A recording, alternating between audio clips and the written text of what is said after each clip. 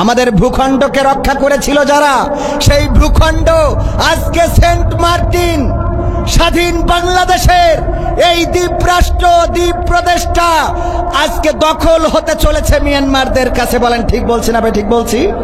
সেখানে না খেয়ে আছে, সেখান থেকে কোনো নৌকা ছাড়লে মায়ানমারের সেনাবাহিনী গুলি চালাচ্ছে। যেই মায়ানমারের কাছে আমরা যেন আজকে মাথা নত করে বসে আছি, তাদেরকে আমরা কোনো জবাব দিচ্ছি না।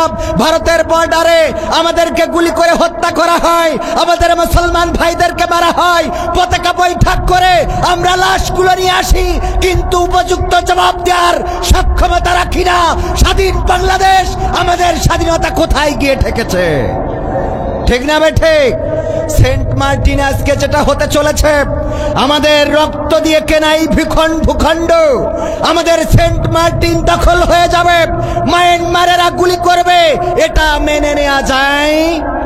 আমাদের সেনাবাহিনী, আমাদের প্রশাসন, তারা অত্যন্ত চৌকস। তারা এই বাংলাদেশে বিএনপি জামাতকে যেভাবে দমন করতে সক্ষম হয়েছে, 5ই মে যেভাবে হেফাজতে ইসলামকে দমন করতে সক্ষম হয়েছে, একইভাবে ভারতের দালাল সেন্ট মার্টিনের গুলি যদি রক্ষা করে তাদেরকে সেন্ট মার্টিনটা রক্ষা করতে ব্যর্থ হয়, তাহলে প্রমাণ হয়ে যাবে যে এর মধ্যে কোনো ভেজাল আছে।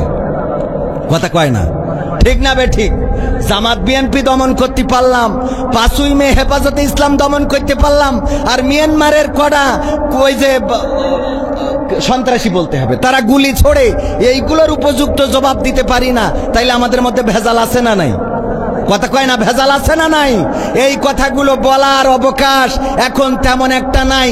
তারপরেও সত্য কথা বলে যাব, তাতে জীবন থাকে থাকবে, না থাকে চলে যাবে। ঠিক না ঠিক? সত্য বলার দরকার আছে না নাই? সত্য না বলে বলে সত্য কথা বলার লোকেদের অভাব হয়ে যাওয়ার কারণে যা ইচ্ছা তাই করে যাবে।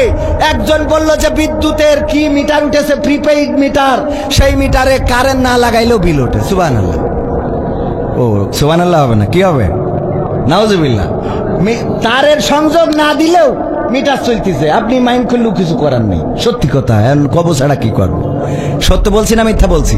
ট্যাক্স ভ্যাটের নামে মিটারে এইবার বিদ্যুৎ বিলে ট্যাক্স দিতে দিতে তো জান শেষ, অস্করি যা 2 টাকা পাই তা কারেন্ট বিল দিয়ে শেষ। বিশ্বাস হয় না আপনাদের? এক এক রকম ট্যাক্স ভ্যাট বসায় ইচ্ছা মতো আমরা স্বাধীন। আবার